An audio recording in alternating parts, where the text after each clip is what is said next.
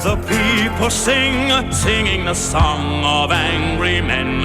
It is the music of a people who will not. 네, 색다른 시선. 이 화요일 3부 문을 여는 분은 바로 이분이신데요. 참여연대의 안진걸 협동사무처장이신데 지금 제 앞에 안발장이라고 하는 또 이렇게 표현이 지금 있습니다. 네. 일단 인사부터 좀 하고요. 오랜만입니다. 반갑습니다. 예, 반갑습니다. 네. 안녕하십니까. 네. 안발장이 그러니까 장발장의 예. 제가 누가 지은 겁니까? 본인이 지은 겁니까? 제가 그냥 혼자 지어봤습니다. 왜냐하면 네. 장발장이 나오는 빅토르 이고의 소설이 레미제라블이잖아요. 네. 비참한 사람들. 지금 흐르고 예. 있는 이 음악도 그 영화 장발장. 우리나라 네. 국민 1,000만 명 넘게 본 그 영화 레미제라블에서 주제가. 이 음악도 지금 본인이 깔아달라고. 예, 제가 깔아달랬습니다. 뭘 이렇게 다 들어주세요. 당신들은 들리는가 우리 민초들의 목소리가.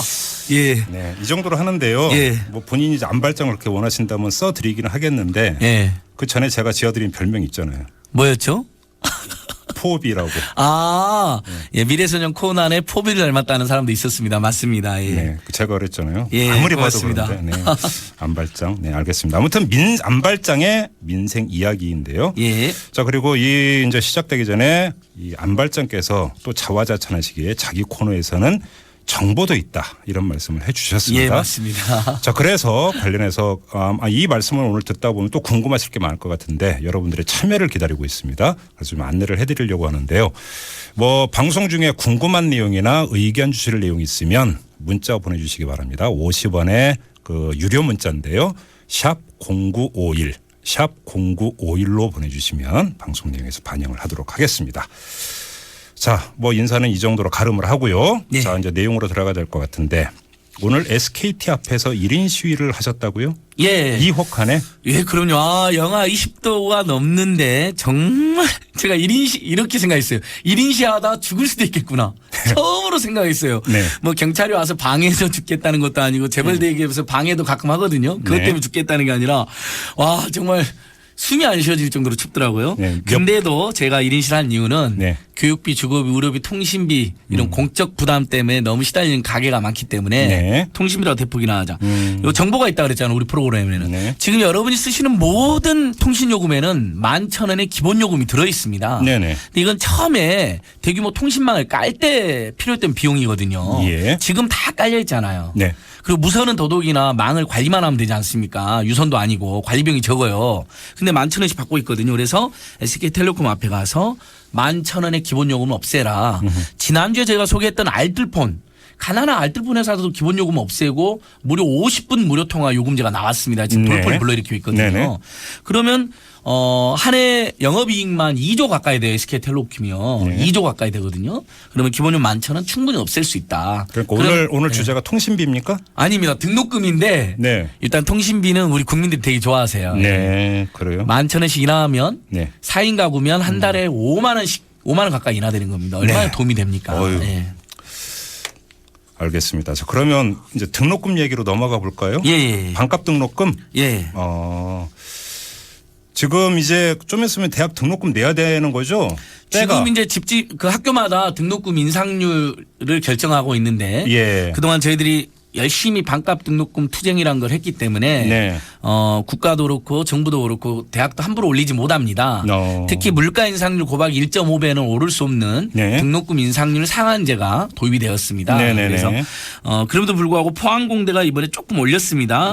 네, 예를 들면 서울과학기술대 일반대학원은 1.4% 등록금 인하했고 금강대학교라는 곳은 입학금을 30%나 인하했습니다. 오, 이렇게. 예. 그러니까 우리 국민들의 교육비 부담이 너무 크니까 동결돈을 인하하는 게 대부분이다. 네. 이것도 다 우리 국민들이 투쟁하고 캠페인하면서 이렇게 얻어진 성과라고 보고 있습니다. 그래요. 그러면 올해 등록금 대략 얼마가 되는지 한번 계산해 보셨어요? 예, 지금 OECD에서는 최고 수준인 것은 뭐 다 아실 겁니다. 미국 네. 다음으로 제일 비싼 건 여전하고요. 네. 국공립이 한 410만 원 평균, 그리고 사립대학이 한 740만 원쯤 됩니다. 네. 그럼 아마 우리 교통방송을 주로 서울 수도권 국민들이 많이 들으시니까 무슨 사립대가 740만 원밖에 안 돼 그럴 거예요. 그러니까 네. 전국 평균입니다. 전국 평균이고 예. 실제 서울 수도권의 주요 사립대학은 등록금이 1,000만 원 안팎이기 때문에 이건 연인 거죠? 예, 연이고 그러니까 두 학기. 예, 두 학기고 예. 그다음에 지방 대학까지 네. 모두 합치다 보니까 네. 좀 저렴한 대학도 있어서 740만 원인데 예. 서울 수도권은 평균 8,900만 원. 예. 그리고 웬만한 과는 1,000만 원 안팎. 더 중요한 건 1년 대학 다닐 때 드는 비용은 2,000만 원에서 2,500만 원까지 든다. 예. 4년 다니면 1억 안팎이 듭니다. 그러니까 극심한 교육비 고통에 우리 국민들이 시달리고 있는 것입니다. 그래요.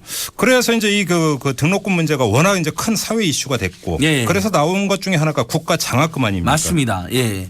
그래서 2011년도에 반값 등록금 투쟁을 기억하실 거예요. 우리 이슈 털어주는 남자께서도 기억하시죠? 네. 예, 그때 뭐 방송인 김재동, 뭐 김여진 선생님 이런 분들까지 와가지고 같이 응원해주고 연대하면서 대학생들이 뭐 한 5만 명, 6만 명 모이고 네. 참여연대라는 시민단체도 적극 가세해서 2012년도에 처음으로 도입이 됐거든요. 예, 예, 예. 근데 분명히 이명박 대통령도 박근혜 대통령님도 반값 등록금을 공약을 했어요. 예. 근데 반값 등록금이라고 안 하고 그냥 국가장학금이라고 이렇게 제도로 도입을 했습니다. 네.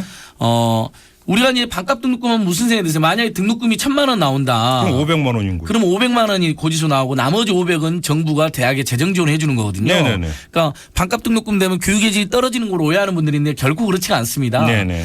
고등교육 기관에 지원되는 재정이 늘어나는 거죠. 예, 예. 늘어난 거니까 다만 우리 국민들이 다른 나라 특히 유럽은 대학생 학부모들이 한 푼도 안 내잖아요. 전면 무상교육을 하고 있으니까 대학까지. 근데 우리는 그동안 너무 많은 고통에 시달렸으니까 반만 내자는 건데 네. 실제 근데 국가장학금은 소득 1분, 2분위는 480만 원 1년에 그다음에 4분위, 5분위로 올라가면 264만 원, 168만 원.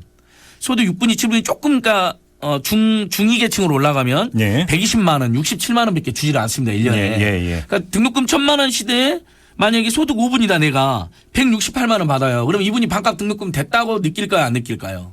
그건 산수잖아요. 산수. 예, 그러니까 산수니까 전혀 네. 못 느끼는데 예. 문제는 최근에 아마 이슈트라든 남자께서도 보셨는지 모르겠어요. 전철, 뭐 버스, 영화관, TV, KTX까지 심지어 박근혜 정부가 반값 등록금을 완성했다라고 광고를 하고 있는 거예요. 예. 이게 현재 대학가의 최대 이슈입니다. 무슨 거짓말이냐. 너무했다. 반이 아닌데. 반이 아니고 네. 예를 들면 소득 1, 2분위 학생들에게 1년에 480만 원씩 주니까 저소득층들 학생들 상당수는 반값 등록금 된 건 맞아요. 네. 근데 3분위는 360만 원, 5분위는 168만 원, 6분위는 120만 원 이렇게. 아니 근데 그건 누가 보더라도 그 뻔한 건데 왜 근데 완성했다고 그렇게 홍보를 그러니까 하는 저는 거예요? 왜 아니 그러니까 좀 부족하지만 노력하고 있습니다 하면 되잖아요. 네네네. 근데 이 정부가 공약을 못 지켰다라는 지적을 많이 받잖아요. 경제민주화라든지 복지확대라든지 사실 공약한 걸 폐기했다. 네. 뭐 이렇게 지금 정치권에 되게 큰 논란이지 않습니까? 예. 그러니까 아마 그런 지적을 받으니까 과도하게 그냥 완성했다라고 이렇게 약간은 과장되게 설명하는데 이게 그러니까 대학가에서는 굉장히 큰 논란이 되고 이슈가 되고 있다. 그러니까 알겠습니다. 그러니까 이제 등록금의 몇 %나 국가가 지금 부담을 하고 지원을 하고 있는가 이것도 중요한 논점인데 예. 또 하나 중요한 것은 그럼 모든 대학생들이 그럼 받고 있느냐? 그것도 중요한 논점이죠. 예. 일단 교육부 스스로 밝히기로도 평균 288만 원이랍니다. 1인당 국가장학금이. 그러니까 그 전체 예. 대학생을 예. 기준으로 할 경우에 예전에 비해서 많이 늘어난 거죠. 김종배 선생님이나 제가 대학 다닐 때는 국가장학금커녕 학자금 대출 쿠폰도 안 줬잖아요. 심지어 기억하시죠? 예. 그때 제가 그 대학교 다닐 때 등록금 저는 지금도 기억나요. 예. 얼마였는지. 그러니까 네. 그렇게 비싸지도 않았는데 심지어는 학자금 그때는 학자금 대출도 받기 어려웠어요. 근데 지금 288만 원 준 것은 우리 국민들 노력한 대가인데 네. 그러니까 일단 1,000만 원에서 288만 원이니까 얼마 안 된다는 게 밝혀졌는데 이 288만 원도 일단은 성적이 B 이상이어야만 받을 수가 있어요. B학점. 그다음에 직전학기 12학점 이상을 이수했어야 해요. 네. 그러니까 직전학기 12학점 이수 기준 같은 건 합리적 이유를 모르겠잖아요. 네. 성적은 이해가 돼요. 근데 문제는 성적 기준은 이해가 한편으로 되면서도 지금 대학가가 엄격한 상대평가제를 해서 네. 평점 B 미만으로 25%에서 35%를 강제로 배정을 합니다. 네. 무조건. 네. 그러니까 최소 25% 35%는 아예 이 국가장학금 못 받는 겁니다. 네. 그러니까 대학교육연구소라 우리나라에서 가장 유명한 민간 싱크탱크가 있어요. 대학교육 관련된. 예. 대학교육연구소의 2014년 국가장학금 부석 보고서에 하면 이건 정부도 인정하고 있는데 실제로 전체 등록하는 대학생의 40%밖에 국가장학금을 받지 않는 걸로 나옵니다. 그러니까 직전학기 기준, 성적 기준, 소득 기준 또 뭐 몰라서 늦게 신청한 사람들 이런 거 다 포함하면 60%가 아예 한 푼도 못 받는 거예요. 60%가. 예. 근데 국가장학금 반값 등록 완성했다고 하니까 예. 대학생 학부모들이 지금 화난 거죠. 그 인터넷에 올라온 그 기사 밑에 댓글이 수천 개가 이제 욕하는 댓글이 그러니까 달려있더라고요. 이제 정리를 하면 예. 전체 대학생의 한 40% 정도만 국가 장학금을 받는데 예, 맞습니다. 그 받는 장학금이 그렇다고 전체 등록금의 절반도 아니다. 예. 이렇게 정리가 되는 거죠. 우리가 지금 서울이니까 네. 서울시립대학교 예. 서울시립대학교 예를 들게요. 네. 딱 인문계 계열이 102만 원 냅니다. 등록금이요. 한 학기에? 예, 아니 1년에요. 1년에? 1년에. 예. 서울시립대 인기 좋아졌잖아요. 그래서요. 네. 그 전에 210만 원 정도 했는데 반 딱 잘라서 102만 원 나오는 겁니다. 네네네. 강원 도립대 네. 지금 거의 무상교육합니다. 아, 그러니까 그런가요? 우리 예. 대학생 학부모들이 생각하실 때 안 그래도 살기 너무 팍팍하고 양극화 심한 우리 사회에서 서민 중산층들에게 반값 등록금이라면 예. 그렇게 획기적으로 줄여지는 거라고 생각을 했어요. 네네. 근데 이명박 정부나 박근혜 정부가 하는 것은 실제로는 소득 1, 2분 저소득층들에겐 480만 원 주는 건 맞아요. 네. 이분들은 반값 등록금이 근접했잖아요. 나머지 계층 서민 중산층에게는 반값 등록금이 아니라 10분의 1 장학금밖에 되지가 않는다. 10분의 2 장학금밖에 되지가 않는다. 네. 이게 결정적 문제고 그것마저도 저소득층들을 돕는다고 했는데 저소득층들이 휴학이나 알바를 많이 하기 때문에 성적이 낮은 경우가 많습니다. 예. 이분들이 그래서 우리 대학교육연구소 분석 보고서에도 최소 15만 명, 16만 명이 성적이 낮다는 이유만으로 저소득층들이 탈락을 했어요. 이거 전면적인 개선이 필요합니다. 15, 6만 명이나 됩니까? 예, 그 많습니다. 숫자가? 왜냐하면 대학생 숫자가 일단 전국적으로 300만 명이나 돼요. 네네네. 거기에다가 매년 매 학기 등록한 학생 200만 명이 넘거든요. 네. 근데 그중에서 100만 명 정도만 국가장학금을 받으니까 나머지 엄청 탈락하는 거고 그중에 저소득층이 상당히 있는 것이죠. 그리고 지금까지 말씀하신 것은 학부생을 기준으로 말씀하신 거죠? 예, 또 안타깝게 대학원생들은 국가장학금을 한 푼도 주지는 않습니다. 그렇습니다. 같은 고등교육기관인데 네. 형편이 좋아서 대학원 간 거 아니야 그런데 가난한 대학원생도 있거든요. 네. 그 어차피 대학이나 대학원생들이 사회에 나오면 그게 다 우리 유엔 보고서에 의하면 전부 다 그 나라 발전, 사회 발전으로 이어지는 걸로 되어 있거든요. 네. 개인도 네.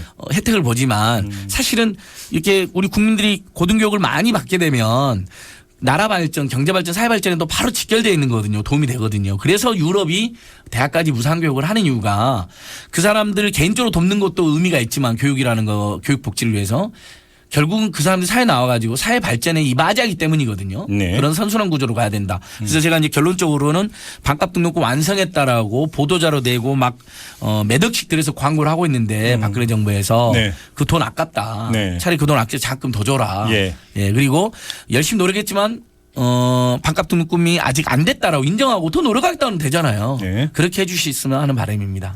그 보도에 따르면 그러니까 학부 등록금을 올리는 거에 대해서 이제 사회적 여론 반발이 너무 크다 보니까 예. 우회적으로 대학원 등록금을 올린다 이런 예, 뉴스가 그런 여러 번 경우도 있습니다. 있었는데 예. 대학금은 그래서 등록금은 올리는데 국가 장학금은 한 푼도 없다. 그러면 대학원생 입장에서 이중고네요. 그렇죠. 그러니까 지금 등록금 학부 등록금을 마음대로 못 올리니까 네네. 입학 그 신입생들이 저항을 할 수가 없잖아요. 입학금을 마구 올렸어요. 예. 그래서 입학금이 지금 100만 원 시대가 됐습니다. 그러면 아무튼 아무 쓰지도 않는 입학금 100만 원씩 갖고 네. 그다음에 대학원 갈 때 또 입학금을 또 받아요. 네. 그리고 대학원 등록금은 슬쩍슬쩍 올리는 겁니다. 예. 알겠습니다. 오늘 얘기를 그럼 정리를 하면 여러 가지 문제점과 그 부족한 점이 있다는 것들은 충분히 알고 예. 그럼에도 불구하고 현행 제도의 틀 안에서 그럼 이렇게 정리하면 되는 겁니까? 직전 학기에 12학점 이상을 이수한 학생이 예.